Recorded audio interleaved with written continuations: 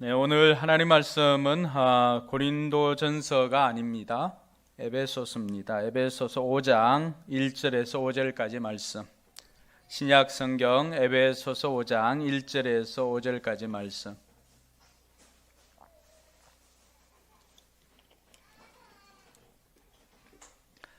불편하지 않은 분들은 자리에 일어나서 우리 함께 하나님 말씀 받도록 하겠습니다.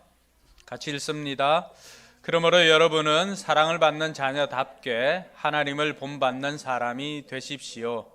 그리스도께서 여러분을 사랑하셔서 우리를 위하여 하나님 앞에 향기로운 예물과 제물로 자기 몸을 내어주신 것과 같이 여러분도 사랑으로 살아가십시오. 음행이나 온갖 더러운 행위나 탐욕은 그 이름조차도 여러분의 입에 담지 마십시오. 그렇게 하는 것이 성도에게 합당합니다. 더러운 말과 어리석은 말과 상스러운 농담은 여러분에게 어울리지 않습니다. 오히려 여러분은 감사에 찬 말을 하십시오. 여러분은 이것을 확실히 알아두십시오. 음행하는 자나 행실이 더러운 자나 탐욕을 부리는 자는 우상 숭배자여서 그리스도와 하나님의 나라를 상속받을 몫이 없습니다. 아멘.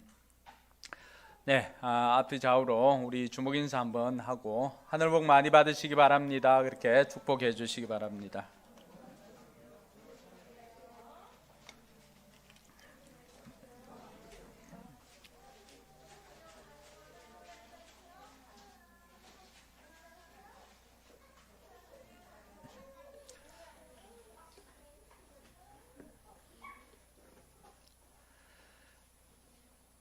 네, 여러분 모두 하늘 복 많이 받으시기 바랍니다. 오늘은 추수감사 주일이지만 먼저 옷에 대해서 좀 이야기를 해보고자 합니다. 왜 뜬금없는 옷이냐라고 할 수도 있을 것입니다. 그런데 에베소서를 보다 보니까 우리의 삶과 이러한 것들을 옷에다가 이렇게 비유를 해서 설명을 해주고 있더라고요.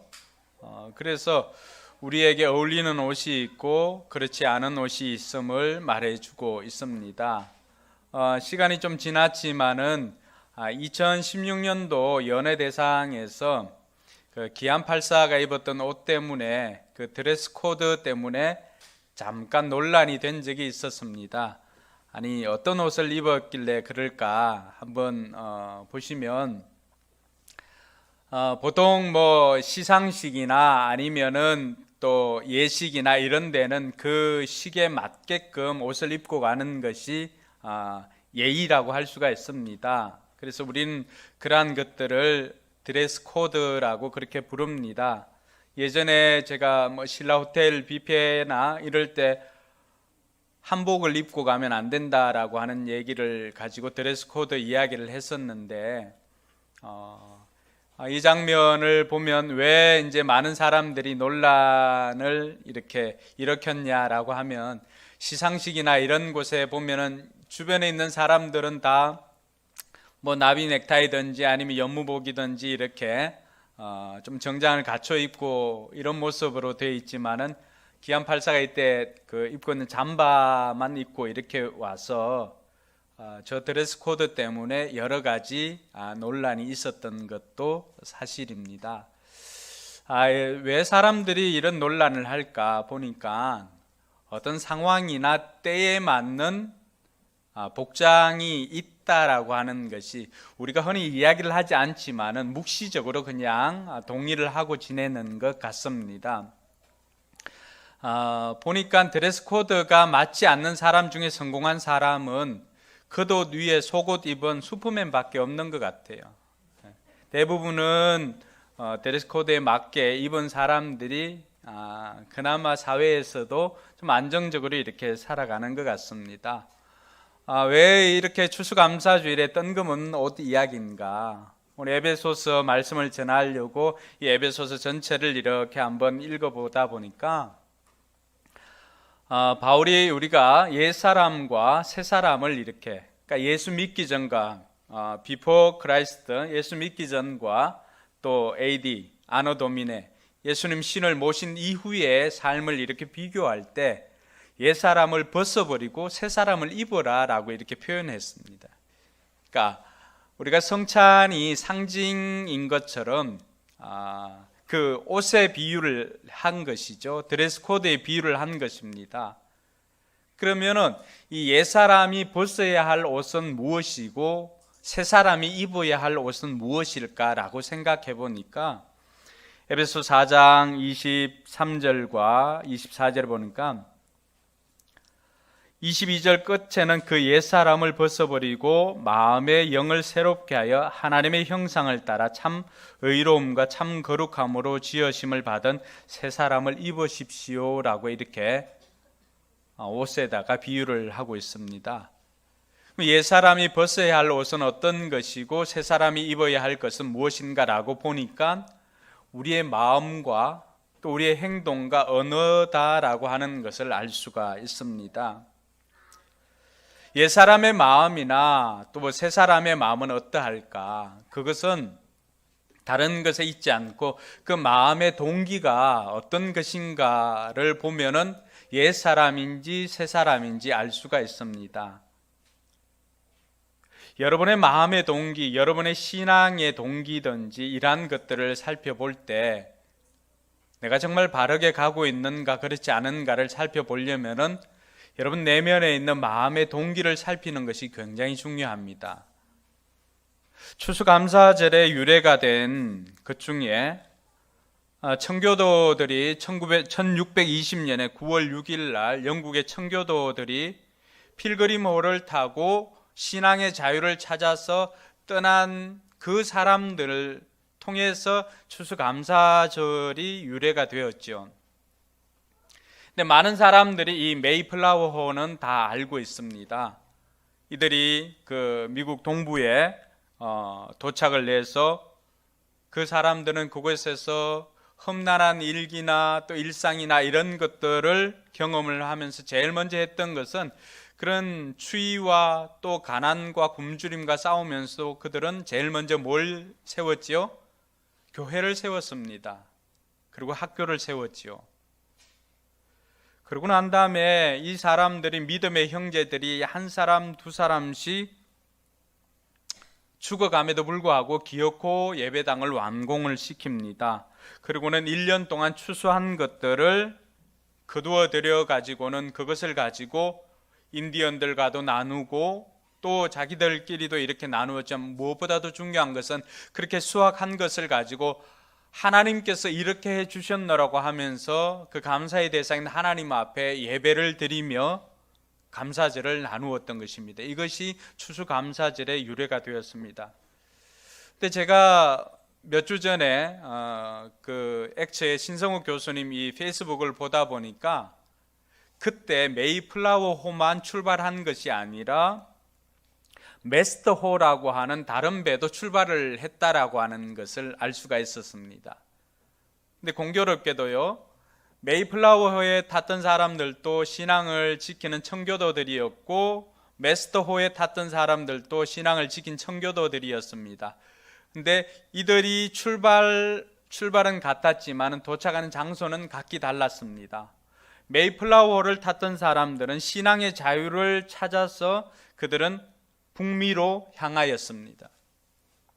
메스터호를 탔던 사람들은 역시 청교도들이었지만 그들은 그때 당시에 이 남미 대륙에 금이 나온다는 소리를 듣고는 그 금을 쫓아서 남미 대륙으로 향하였습니다. 흔히 우리가 어떤 연구를 할 때 비교 대상이 동일한 조건이나 이런 상황 가운데 다른 것들은 다 통제를 하고라도 다 통제가 된 상황에서 동일한 조건에서 출발한 사람들을 비교할 때 쌍둥이들을 주로 연구를 많이 합니다. 근데 오늘 이 메이플라워호와 메스터호를 우리가 보면 추수감사제로 우리 마음의 동기가 얼마나 중요한 것인가를 알 수가 있는데, 메이플라워를 타고 북미로 향하였던 그 사람들의 신앙의 동기는 하나님께 마음껏 예배하기 위함이었습니다.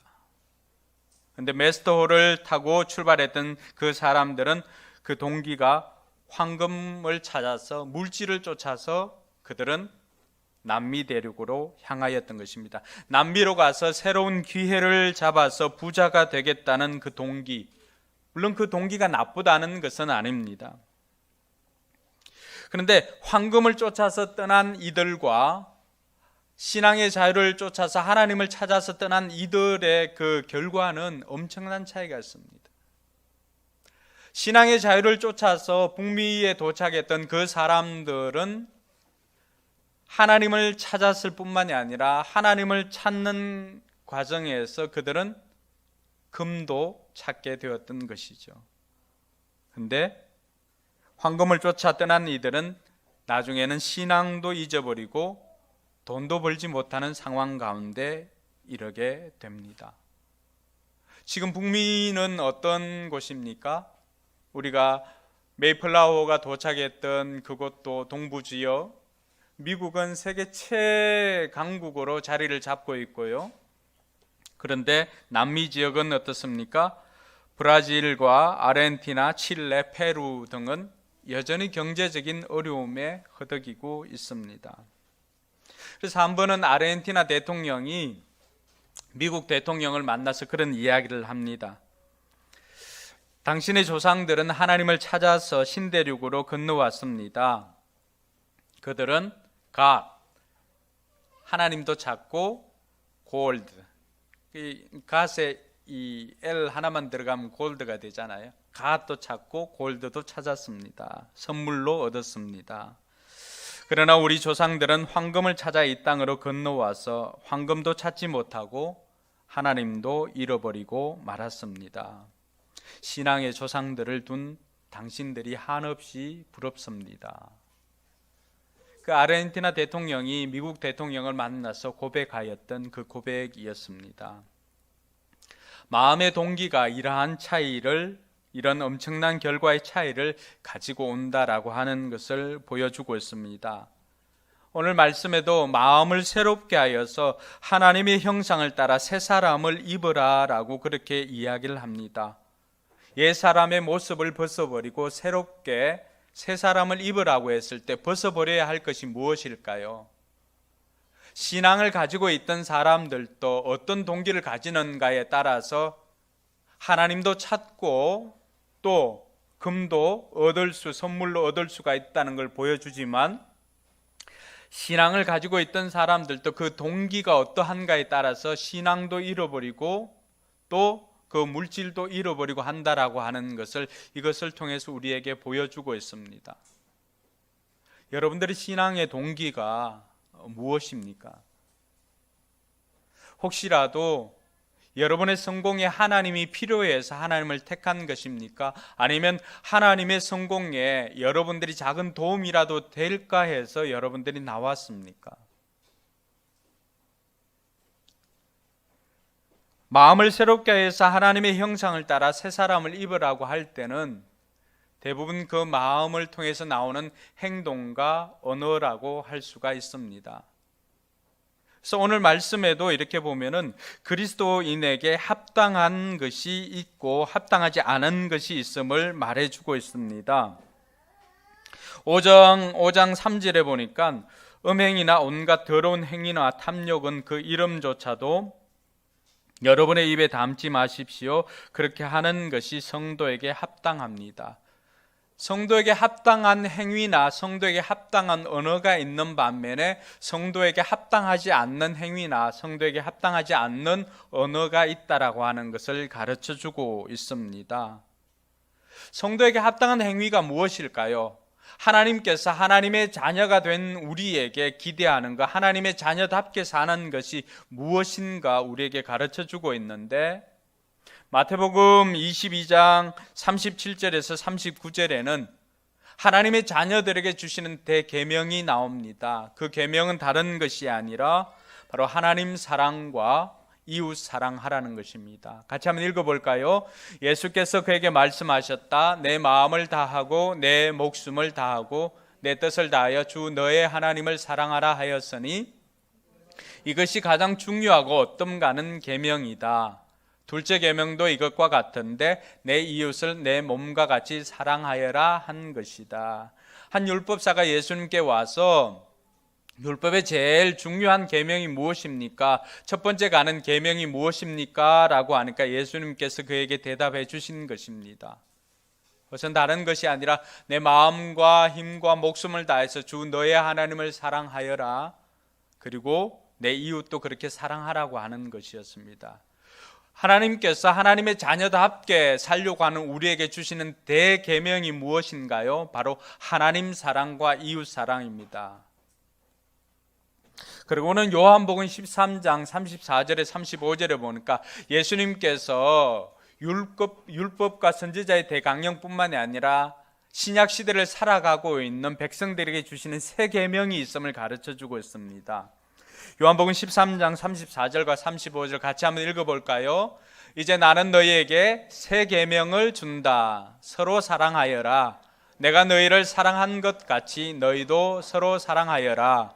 너희가 서로 사랑하면 모든 사람이 그것으로서 너희가 내 제자인 줄을 알게 될 것이다.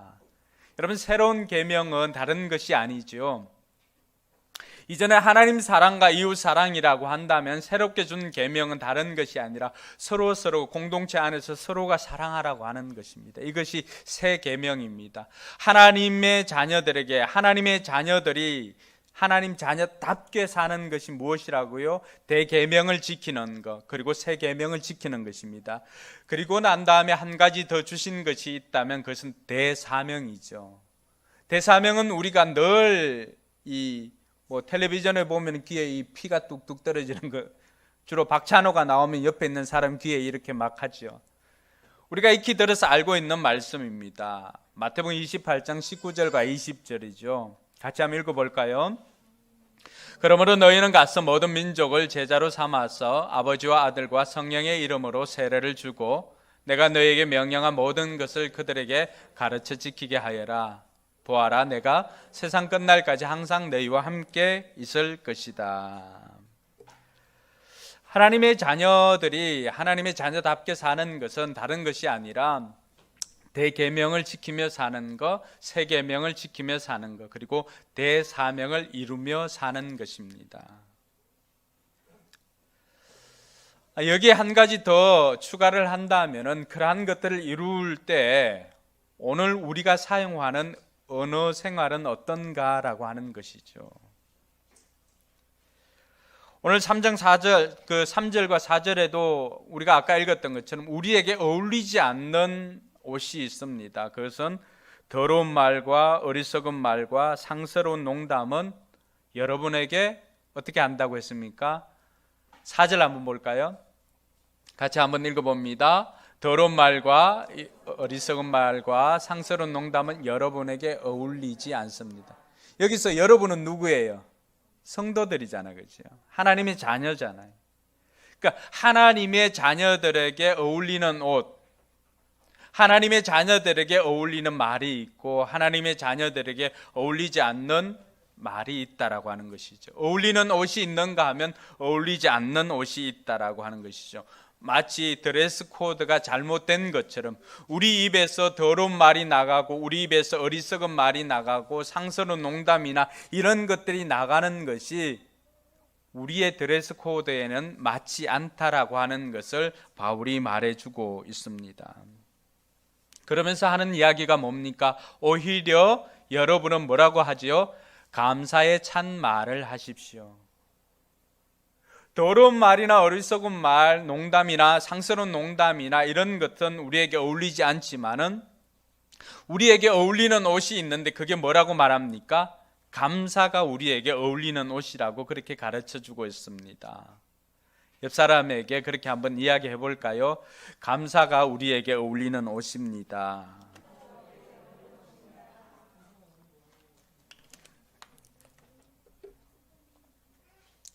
근데 이게 왜 그렇게 중요한가 보니까 오늘 5절 말씀에 보니까 우리에게 어울리지 않는 옷을 입으면 그냥 그 행사만 망치는 게 아니라고 하는 거예요. 중요한 것은 아까 기안 84의 그런 드레스 코드가 잘못된 것을 보면 분위기가 싸할 수가 있잖아, 그렇죠? 근데 우리에게 미스 드레스 코드가 나면 어떻게 될까? 저는 이게 굉장히 두려워서 오늘 여러분들과 함께 이 말씀을 나누고자 하는 거예요. 5절 말씀 한번 보면은 같이 한번 읽어볼까요? 여러분은 이것을 확실히 알아두십시오. 음행하는 자나 행실이 더러운 자나 탐욕을 부리는 자는 우상 숭배자여서 그리스도와 하나님의 나라를 상속받을 몫이 없습니다. 뭐라고 말하는 거죠? 좀 쉽게 이야기를 하면 어울리지 않는 옷을 입으면 천국 백성이 될 수 없다라고 하는 거죠. 여러분, 실제로 그런 일이 있었습니다. 이스라엘 백성들이 출애굽하여서 애굽을 나왔지요. 애굽을 나와서 광야로 가던 이 백성들은 그 광야에서 그들에게 어울리는 옷으로 살았던 것이 아닙니다. 그들의 입에는 감사가 나왔던 것이 아니라 애굽에 종살이 하던 것에서 건져주신 것에 감사를 한 것이 아니라 그들의 입에서 떠나지 않았던 것은 원망이나 불평이었습니다. 출애굽기 16장 2절과 3절에 보니까 이스라엘 자손들은 모세와 아론을 원망하였다라고 그렇게 이야기를 하고 있습니다. 우리가 다 읽지는 않았지만 7절에 가보니까 모세가 그런 이야기를 합니다. 너희들이 원망하는 것은 우리에게 하는 것이 아니라 하나님에게 하는 것이다 라고 그렇게 이야기를 합니다. 주님을 원망한 것이죠. 그 입에 그들에게 합당한 단어가 아닌, 그들에게 어울리지 않는 그 원망의 옷을 입었던 그들은 어떻게 되었습니까? 오늘 5절에 있는 말씀처럼 그 원망의 옷을 입고 어울리지 않는 드레스 코드, 어울리지 않는 옷을 입었던 그들은 광야에서 다 죽음을 당했습니다. 비록 애굽에서 종살이 하던 그들이 애굽에서 구원을 받았지만은 그 광야를 지나면서 그들은 그에 합당한 옷을 입고 살지 않았던 그들, 감사로 표현하지 않고 살았던 그들, 원망과 불평과 투기와 시기와 질투와 이런 것들로 일삼았던 그들은 결국 광야에서 다 죽음을 당하게 되었습니다. 하나님께서 왜 이런 내용들을 성경에 기록해 두었을까요? 그들을 보면서 오늘을 살아가고 있는 저와 여러분들, 예수 그리스도 이름으로 구원을 받았음에도 불구하고 여전히 우리는 자녀답게 옷을 입고 살고 있지 않고 드레스 코드가 맞지 않는, 어울리지 않는 옷을 입고 살아가고 있지는 않는지 돌아보라고 하는 것입니다. 시편 50편 22절과 23절에도 시인은 그렇게 강조를 하고 있습니다. 하나님을 잊은 자들아, 이 모든 것을 깨달아라. 그렇지 않으면 내가 너희를 찢을 때 구하여 줄 자가 없을까 두렵구나. 23절에 보니까요, 감사하는 마음으로 제물을 바치는 사람이 나에게 영광을 돌리는 사람이니 올바른 길을 걷는 사람에게 뭐라고 말하지요? 내가 나의 구원을 보여주겠다. 할렐루야. 자, 하나님께서 행하신 일들을 잊어버리고 원망하고 불평하고 사는 사람들은 찢어버리겠지만은, 그러나 하나님께서 행하신 일을 기억하고 감사하는 그 사람은 하나님께서 내가 나의 구원을 보여주겠다 약속하고 있는 것입니다. 할렐루야. 민수기 14장 28절에도 우리가 잘 알고 있는 말씀이에요. 왜 이런 일들이 생기는가? 하나님께서는 너희가 말하는 것이, 그 다음 거 한번 같이 한번 읽어봅니다. 너희가 나의 귀에 들리도록 말한 그대로 내가 반드시 너희에게 하겠다. 결국 그 말대로 원망하고 불평하던 1세대들은 결국 애굽에서 구원은 받았음에도 불구하고 광야에서 다 죽음을 경험하게 되었습니다. 저는 우리의 삶이 이렇게 될까 두려운 것이죠. 하나님의 그 영화로움에 우리가 함께 하여야 됨에도 불구하고 우리가 감사하지 못하고 우리 입을 통해서 원망하고 불평하고 어울리지 않는 옷을 입고 살아가는 저와 여러분들은 아닌지 이 추수감사절을 통해서 우리에게 어울리는 옷을 입는 기회가 되었으면 좋겠습니다. 옆 사람에게 다시 한번 그렇게 축복해 줍시다. 어울리는 옷을 입고 삽시다. 한 문장으로 이렇게 정리를 하면요, 감사하는 사람은 구원받지만 원망하는 사람은 멸망당한다라고 하는 내용입니다. 여러분, 이것은 우리의 삶에도 굉장히 영향을 미칩니다. 이라크 전쟁의 영웅이라고 하면은 그 콜린 파월이라고 하는 미 국무장관을 지냈던 분을 들 수가 있습니다. 이 콜린 파월은 흑인 최초의 국무장관입니다.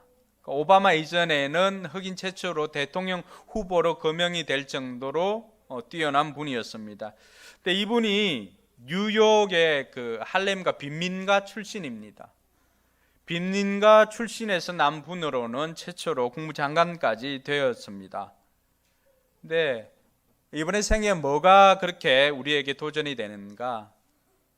감사를 하는가 불평을 하는가에 따라서 우리 삶이 달라진다라고 하는 것을 이번에 삶을 통해서 우리에게 가르쳐주고 있습니다. 17살에 그 음료수 코카콜라 공장이죠. 음료수 만드는 그 공장에 아르바이트를 하러 갔습니다. 근데 그때 당시도 지금도 마찬가지지만 그때 당시도 차별이 굉장히 심했습니다. 똑같이 들어왔던 다른 백인이나 이런 친구들은 기계 앞에서 콜라를 담는 그 일을 시키는데 이 콜린 파월은 이 걸레를 주면서 청소하는 바닥 청소하는 일을 시켰습니다. 우리 같으면은 아니 똑같이 들어와가지고 누구는 저거 시키고 누구는 이렇게 더 고생한 거 시키냐라고 불평할 수도 있는데 파월은 그때 불평하지 않고 나는 최고의 청소부가 될 거야 라고 결심을 했다라고 합니다. 훗날에 그가 이런 고백을 합니다. 그때 나는 최고의 청소부가 되기로 결심을 했다. 그래서 이리 뛰고 저리 뛰고 열심히 걸레질을 하였다. 어느 날 누군가 콜라 상자를 시멘트 바닥에 넘어뜨려 거품이 마룻바닥 전체를 뒤덮어 도저히 혼자 할 수 없는 상황이었는데도 불구하고 그래도 혼자 열심히 걸레질 내서 깨끗하게 치웠다. 그렇게 해서 여름 방학이 끝나고 감독관이 자네 정말 일을 잘하는구나 이렇게 이야기해 주었을 때 파월이 그런 이야기를 했습니다. 제게 배울 수 있는 기회를 주셔서 참 감사합니다. 다음에 방학이 되었을 때 또 다른 자리를 찾을 수가 없어서 이 콜린 파월은 그 공장으로 다시 아르바이트를 나갔습니다. 그때 만났던 감독관이 이제는 이 콜린 파월을 걸레를 주지 않고 드디어 기계 앞에 앉게 해 주었던 것입니다. 그리고는 그 다음에는 부감독으로 일을 하게 되었습니다. 근데 콜린 파월이 자신은 그렇게 감사하면서 이렇게 삶이 달라지고 했던 것들을 경험했는데 자기가 어느 날 공장에 갔을 때 봐왔던 그 두 사람의 모습이 참 인상적이어서 그 내용을 이야기해 주는 것이 있습니다. 몇 해가 지나서 갔을 때 그곳에 있는 두 사람 중에 한 사람은 기계 옆에서 불평만 하고 있는 사람이 있는가 하면 한 사람은 그 옆에서 도랑을 열심히 파는 사람이 있었다고 합니다. 근데 몇 해가 지나서 다시 갔지만은 그때 기대에서 짝다리 짚고 이렇게 불평을 하던 사람은 여전히 똑같은 자리에서 똑같이 불평을 하고 있는 것을 보았고 그때 당시 열심히 도랑을 파던 사람은 찾아보니까 지게차 운전을 하고 있는 것을 발견하게 되었습니다. 공교롭게도 몇 년 후에 다시 갔는데 불평하는 그 사람은 원인 모를 장애를 가지는 장애로 그 사람은 장애인이 되었고 그때 당시 열심히 도랑을 파고 해서 지게차를 운전했던 그 사람은 그곳에 사장이 되어 있다라고 하는 것을 만나게 되었습니다. 비단 성경에 나오는 감사와 원망을 살았던 사람들이 광야를 지나면서 불평하던 사람들은 죽고 감사하던 사람들은 요단까지 건넜다라고 하는 그 이야기만이 우리에게 들려지는 것이 아니라 우리의 삶 가운데도 감사하는 사람과 불평하는 사람이 있는데 어떤 사람을 사용할 것인가? 불평하는 사람은 좋은 것이 주어져도 여전히 불평거립니다. 근데 감사하는 사람은 그러한 열악한 환경 가운데서도 작은 것에 감사하니까 더 큰 것이 주어지고 있다라고 하는 것을 경험하게 된 것이죠. 여러분이 CEO라고 한다면 여러분 어떤 사람을 여러분 회사에 취업을 시켜서 사용하겠습니까? 주어진 것에, 물론 환경이 열악하다라고 하는 것 때로는 자기 자신 CEO도 압니다. 다른 회사보다도 좀 더 복지 환경이나 이런 것이 좋지 않다라고 하는 것 사장이 너무나 잘 알고 있죠. 그럼에도 불구하고 어떤 사람을 계속해서 사용을 하겠습니까? 결국에는 원망이나 불평보다는 그 작은 것에도 감사할 줄 아는 그 사람을 결국에는 사용하게 되더라고 하는 거죠. 우리 인생의 성공 비결이 그렇게 거창한 것에 있지는 않습니다. 오늘 말해주고 있는 것은 우리에게 합당한 옷을 입는 그 사람, 자녀답게 사는 사람들은 하나님께서 책임져 주는 인생이 되는 것이죠. 그 사람들은 내가 그에게 보여줄 구원을 경험하게 될 것이다 라고 말하고 있습니다. 뿐만 아니라 하나님과 함께 이 땅을 통치하게 될 것을 말하고 있는 것입니다. 그럼 우리에게 어울리는 옷이 감사라고 한다면 우리는 어떻게 감사를 해야 할까요? 첫 번째는 감사의 대상에게 구체적으로 감사해야 합니다. 감사의 대상은 하나님과 사람입니다. 근데 그럴 때 우리가 구체적으로 표현해야 합니다. 감사라고 하는 그 단어 자체가 무엇이죠? 감사, 고마울 감자의 사자, 표현할 사자입니다. 감사는 기억에서 표현하는 것입니다. 그래서 이 thanks, 그 기원이 뭐라고 하죠? think입니다. 감사라고 하는 그 단어의 기원은 think입니다. 생각하는 것입니다. 뭘 생각하는 것이죠? 내게 베풀어 주었던 그 은혜, 내게 베풀어 주었던 그 배려, 이런 것들에 대한 그것을 기억하고 표현하는 것입니다. 그래서 감사라고 하는 것은 기억하고 표현하는 것입니다. 그래서 구체적으로 주어가 들어가야 되죠. 누구에게 어떻게 해서 감사하게 되었는지를 우리가 표현하는 것입니다. 우리가 오감일기 이렇게 하고 있는데 거기에 보면은 어떤 경우는 그냥 뭘 했어 그냥 감사하다라고 하는 것이 있는데 앞으로는 대상을 좀 넣었으면 좋겠어요. 뭐 하나님께서 이렇게 해주셔서 감사합니다. 아니면은 엄마가 맛있는 뭐 소시지 볶음을 해줘서 감사합니다. 뭐 이렇게 등등. 그렇지 않으면 우리는 어떻습니까? 화장실 갈 때 마음이 다르고 나올 때 마음이 다릅니다. 우리는 죄성이 있기 때문에 굉장히 잘 잊어버리기도 하고 참 간사한 것이 인간인 것 같아요. 저도 개인적으로 힘든 일이 있을 때 이것만 도와주면 정말로 내 남은 생애를 다 바쳐서 정말 감사하면서 당신을 위해서 기도하며 그렇게 살겠습니다 라고 그렇게 고백하면서 도움을 요청할 때도 있었습니다. 그렇게 해서 도움을 받았어요. 처음에는 며칠을 그 사람을 위해서 그 교회를 위해서 기도하지만 또 며칠 지나 보니까요 그 사람을 위해서 기도하는 것이 사라지는 거예요. 그만큼 우리는 화장실을 갈 때 마음이 다르고 나올 때 마음이 다른 것이 우리입니다. 우리는 그걸 인정하면 좋겠어요. 그러니까 자꾸만 표현을 하는 것입니다. 그 대상을 향하여서.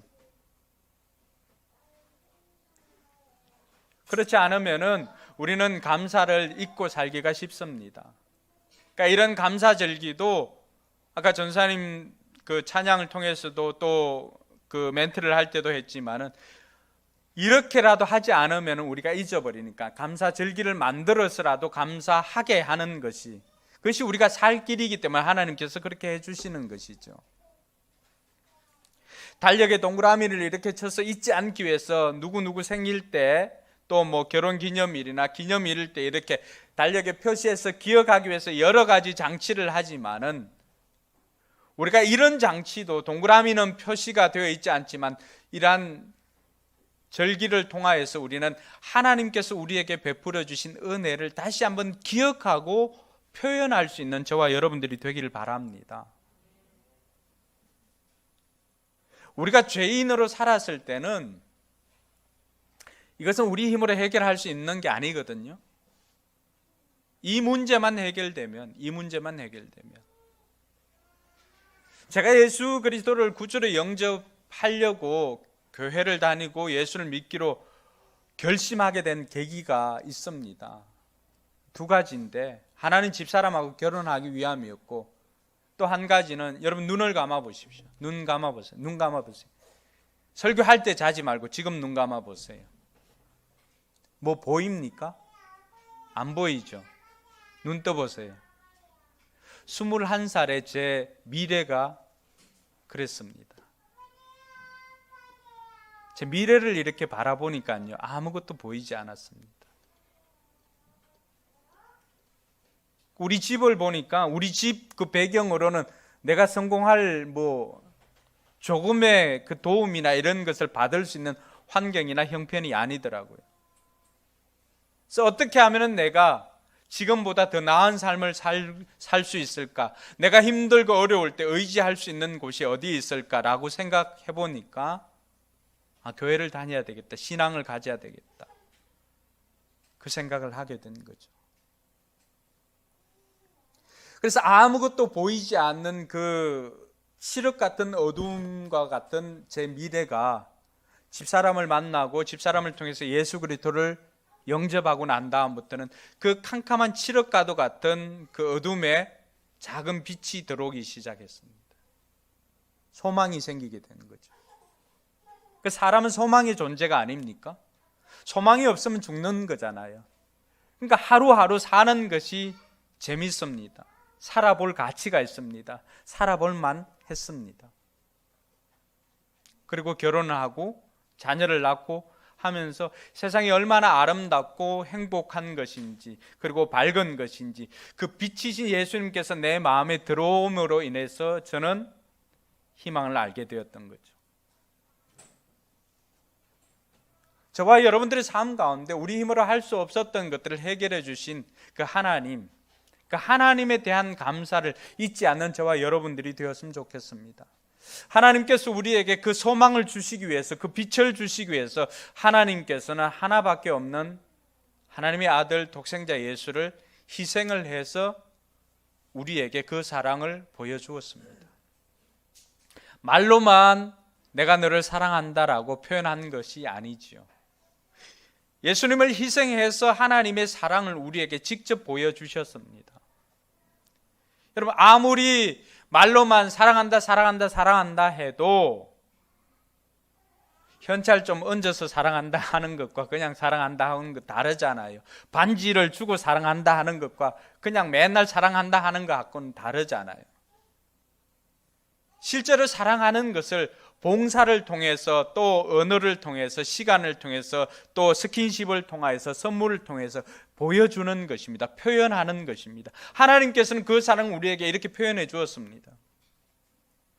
저와 여러분들도 감사의 대상에게 구체적으로 표현하는 저와 여러분들이 되길 주님의 이름으로 축원합니다. 두 번째는 작은 것도 감사하는 것입니다. 우리는 작은 것부터 감사하는 것으로 시작을 해봐야 됩니다. 근데 대부분의 많은 사람들이 작은 것을 하찮게 여깁니다. 나태주는 풀꽃에서 그런 고백을 하죠. 자세히 보아야 예쁘다. 오래 보아야 사랑스럽다. 너도 그렇다. 화려한 장미가 아니라 그 담벼락 밑에 있는 작은 풀꽃, 그냥 지나가기 쉬운 것이지만은, 그런데 어느 날 거기 앉아서 이렇게 자세히 보다 보니까 풀꽃도 굉장히 예쁘구나라고 하는 것을 알게 된 거죠. 그 작은 것을 하찮게 여기지 않는 그 마음, 오늘 저와 여러분들이 당연하다고 생각했던 그러한 것들을 당연히 생각하지 않는 저와 여러분들 되었으면 좋겠습니다. 그러한 것들을 감사하는 저와 여러분들이 되기를 바랍니다. 아델베르트 폰 사미소라고 하는 사람이 쓴 그 소설 그림자를 판 사나이라고 하는 소설이 있습니다. 1814년에 발표한 소설인데요. 그 소설에 보면은 가난한 청년 슐레밀이 나옵니다. 슐레밀. 그러니까 슐레밀은 가난, 모욕, 절망 뭐 이런 것을 늘 자신의 일상 가운데서 살아가고 있습니다. 그런데 이 슐레밀 뜻이 뭔지 아세요? 신에게 사랑을 입은 자입니다. 자, 이름은 신에게 사랑을 입은 자인데 자신의 삶을 보니까 신의 사랑을 도무지 느낄 수 없을 정도로 가난이 찌들어 있습니다. 도무지 헤어나올 방법이 없습니다. 제 눈 감았을 때 그 모습과 똑같습니다. 근데 가난을 지워버리고 싶은데 방법이 없어요. 그래서 어느 날 추천장을 가지고 그 마을의 유력자인 존이 이 개설한 파티에 참석을 합니다. 존은 실력자이고 유력자였기 때문에 그가 이 슐레밀을 취업시킬 수도 있고 하는 그런 권한을 가진 사람이었습니다.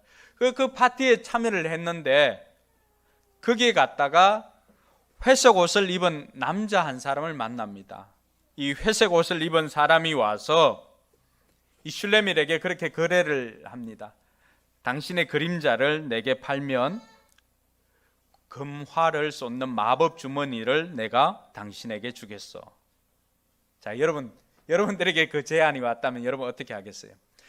여러분의 그림자를 나한테 팔면은 금화 주머니를 내가 당신에게 주겠습니다. 슐레밀은 그 제안을 받고 긴장이 되었습니다. 아니, 내 그림자를 팔라고 하다니.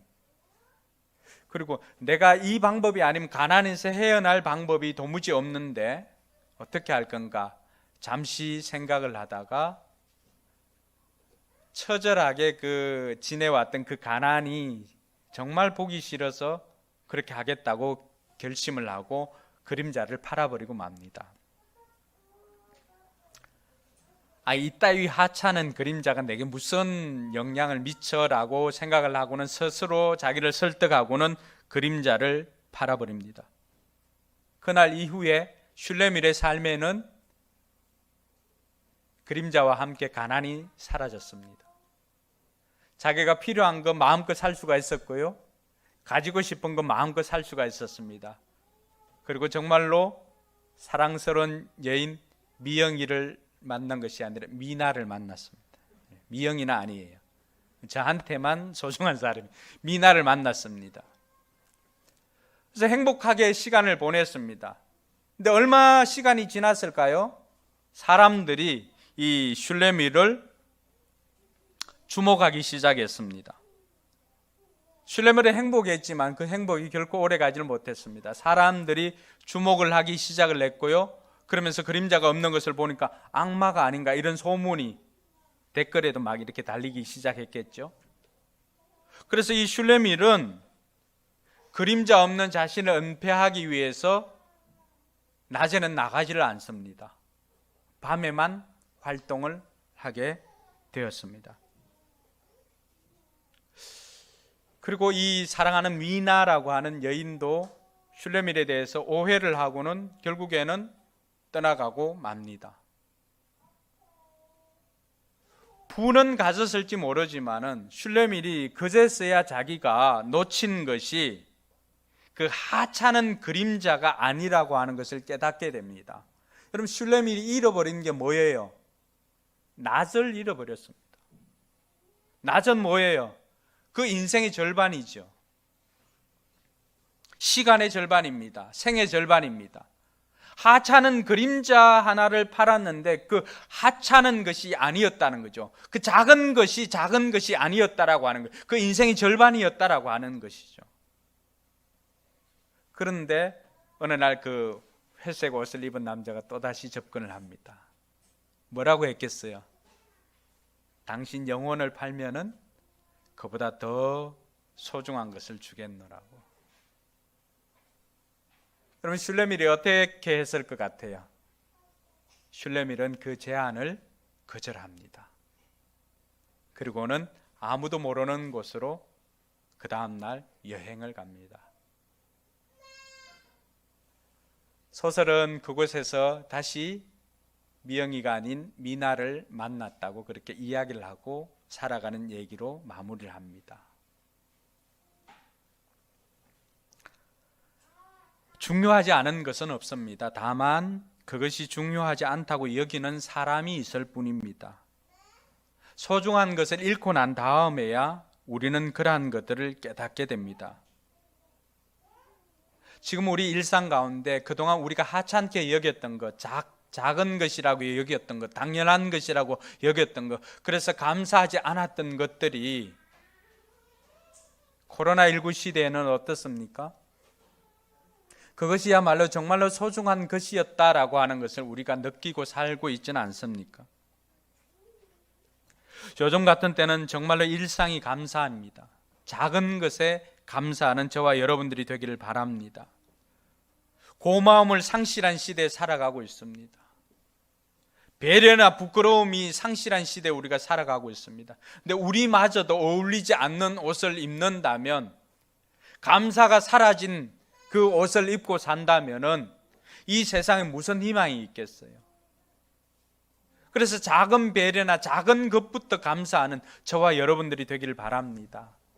어제 우리 목장 나눔을 하면서 제가 우리 권사님을 통해서 들었던 것 중에 가장 제 기분이 좋았던 것은, 권사님 딸 소연이가 그 이전에는 그런 단어들이 그 입에서 나오질 않았는데 자신의 삶 가운데 일어나고 있는 것들이 감사하다라고 하는 그 고백을 하였다는 것이 너무나 기뻤습니다. 소연이뿐만이 아니라 이 힘든 시간들을 살아가고 있는 저와 여러분들의 입술에 감사가 회복되길 주님의 이름으로 축원합니다. 옆 사람이 그렇게 이야기합시다. 감사를 회복합시다. 마지막으로 어떻게 우리가 감사할까요? 오감일기로 감사하는 저와 여러분들이 되면 좋겠습니다. 여러분, 솔로몬 왕은요, 이감일구함으로 삼복을 얻었습니다. 그게 무슨 소리냐? 솔로몬이 1000번제를 하나님 앞에 드렸잖아요. 그러니까 하나님께서 솔로몬에게 와서 뭐라고 했습니까? 내가 너한테 뭐 해줄 거 구해봐라 이렇게 했겠죠. 그랬을 때 솔로몬이 이거 해주세요, 이거 해주세요 그렇게 하지 않았다는 것입니다. 솔로몬은 먼저 두 가지를 감사했습니다. 하나님 내게 큰 은혜를 베풀어 주신 것 감사합니다. 하나님 큰 은혜로 지켜주신 것 감사합니다. 이 두 가지, 큰 은혜를 베풀어 주시고 큰 은혜로 지켜주셔서 이렇게 보좌에 앉게 해주셔서 감사합니다. 그러니까 하나님께서 행하신 일들을 먼저 인정한 것이죠. 하나님 내게 큰 은혜를 베풀어 주었습니다. 하나님께서 큰 은혜로 지켜주셨습니다 라고 먼저 두 가지를 고백하고 난 다음에 한 가지를 구했습니다. 뭘 구했지요? 내게 듣는 마음, 우리가 흔히 알고 있는 지혜로운 마음을 주십시오. 하나님께서 그것을 듣고는 굉장히 기분이 좋았습니다. 그래서 하나님께서는 솔로몬이 구하지 않는 것들까지도 주십니다. 그래서 솔로몬에게 주신 것이 무엇인가 보니까 솔로몬이 구했던 지혜롭고 총명한 마음을 주셨습니다. 그리고 그게 열왕기상 3장 9절에 보니까 부귀도 주었고요, 영화도 주었습니다. 따라해 볼까요? 이감일구하니 삼복을 누리더라. 여기 제가 이제 좀 욕심이 나서 우리는 오감일기하고 삼복을 누리자 이렇게 하고 싶은 거예요. 한번 따라할까요? 오감일기하여 삼복을 누립시다. 성경이 약속해 주고 있는 구체적인 약속입니다. 우리가 은혜를 고백하고 한 가지를 구했더니 하나님께서는 세 가지 복을 허락해 주었다는 것입니다.